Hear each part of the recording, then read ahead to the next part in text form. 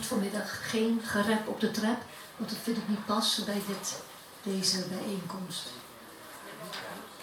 Er is mij gevraagd om een gedicht te schrijven bij dit schilderij, wat door Jolande van Houten, een kunstenaar, is geschilderd, wat Hoop heet, en donker en licht, en de titel Hoop. Dan heb ik dit gedicht bijgeschreven.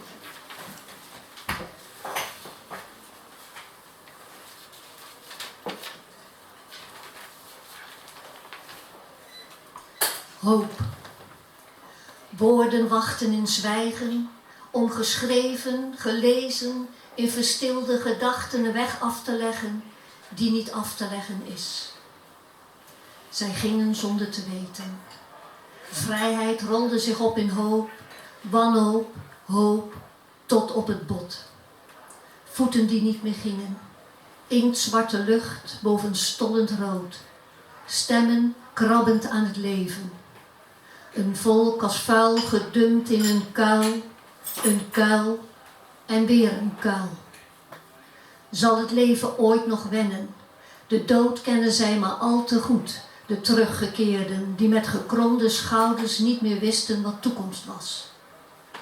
Nu weer het geweten van de wereld door macht aan het verpulveren is, vinden zij die een andere taal spreken hoop in licht.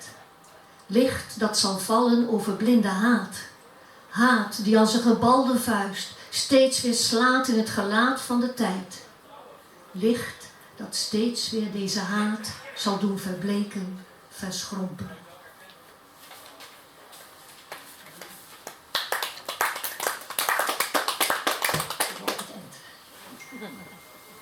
Ik vraag me af. Door de geur van vergaan, die een laken legt over deze stad, gaat een man met op zijn arm een kind dat onder haar huis vandaan is gehaald. Met grote angstige ogen in een stoffig gezicht opent ze als een visje haar mond, steeds maar weer open en open, zodat de druppels vocht haar opnieuw aan het leven laten proeven. Alsmaar zie ik dit beeld en vraag me af. Zal de zon ooit nog een lach toveren op het gelaat van haar tijd die nog komen gaat? Misschien dat zij de jaren steeds maar weer dorstig op zal drinken. Ik vraag me af.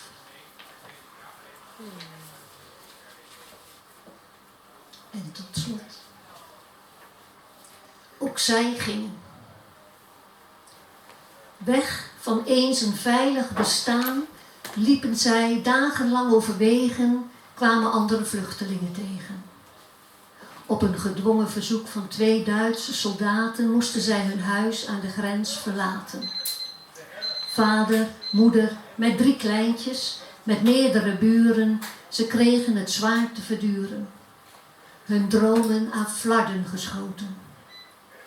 Maandenlang op zoek naar onderdak en eten trokken ze van huis naar huis, van boerderij naar boerderij, de uitputting nabij. Voortdurend bang voor die vervloekte granaten lagen ze meerdere malen plat op de straten. Of met een luier aan een stok als afweervlag tegen de beschietingen. Helemaal van slag, gaten in sokken, voeten stuk gelopen en toch steeds weer een hopen. Van goedgeefse mensen op hun pad kregen zij brokken brood tegen de hongerdood. Na maanden kwamen ze weer thuis in hun achtergelaten huis.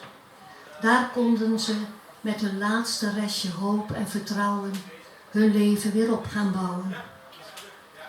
Dit alles las ik heel veel later in het destijds bijgehouden dagboek van mijn vader.